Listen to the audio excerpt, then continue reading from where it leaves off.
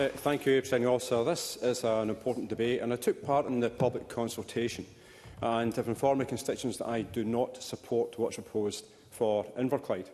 To inform my submission to the Scottish Fire and Rescue Service Service Delivery Review consultation, I engaged with constituents. I visited Inverclyde's 3 fire stations and spoke to each of the crew working at the time.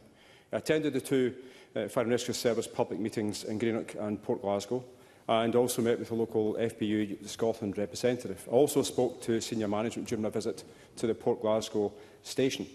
I want to thank them all for their contributions and for their information and assistance. I also want to thank all the fire and rescue staff across Scotland. I approached the consultation with an open mind, as I am acutely aware that time doesn't stand still. The delivery of public services also changes. If we delivered public services the way today that we did 20, 30, 40 years ago, there quite rightly would be a public outcry. And I'm quite sure that would be the debate that we'd be having in the Chamber today. But I was reassured that the changes have not been the result of a reduction in budget, as has been suggested at the Port Glasgow public meeting. The local MP tried to make the accusation that the consultation was because of cuts. Now, this was very quickly rebutted. And for the record, since 2017-18, there have been substantial year-on-year increases of funding to support the Fire and Rescue Service. Now, take the current annual budget, which is more than... no, 2 seconds. No, I've only got 4 minutes, but I'm going to come back on to the Tories. Don't you worry. Take the current annual budget, which is more than £97 million more than it was in 2017-18.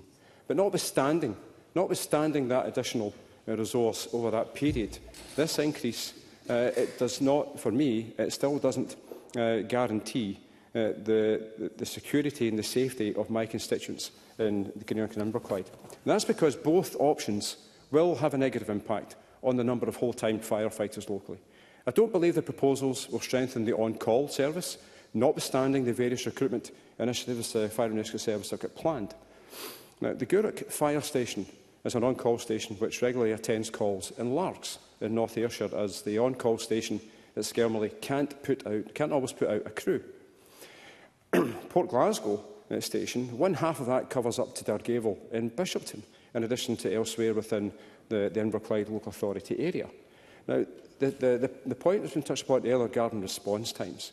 So this is where, the response times clearly are a hugely important part of this discussion.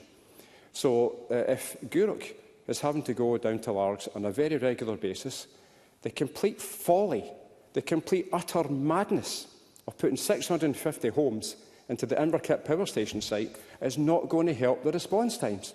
So that's where the Planning Committee and Inverclyde Council making that decision to make that happen is actually going to make the situation worse going forward. Then you get the housing at the Spangle Valley as well in Greenock. So that's not going to help at all. The fact that Inverclyde stations are serving other areas, certainly for me it suggests that reducing the number of appliances for the whole-time firefighters in my area will only increase the strain on the existing staff. Safety is absolutely paramount, and I don't trust that proposals will actually make Inverclyde and the Greenock and Inverclyde constituency safer. The point about funding, I'll finish briefly on this. We've had 14 years of austerity. And thankfully, Andy Starwar at his conference said this week that he's claimed that Labour has ended 14 years of austerity. But if that is the case, then what was announced earlier on in June, the UK spending review?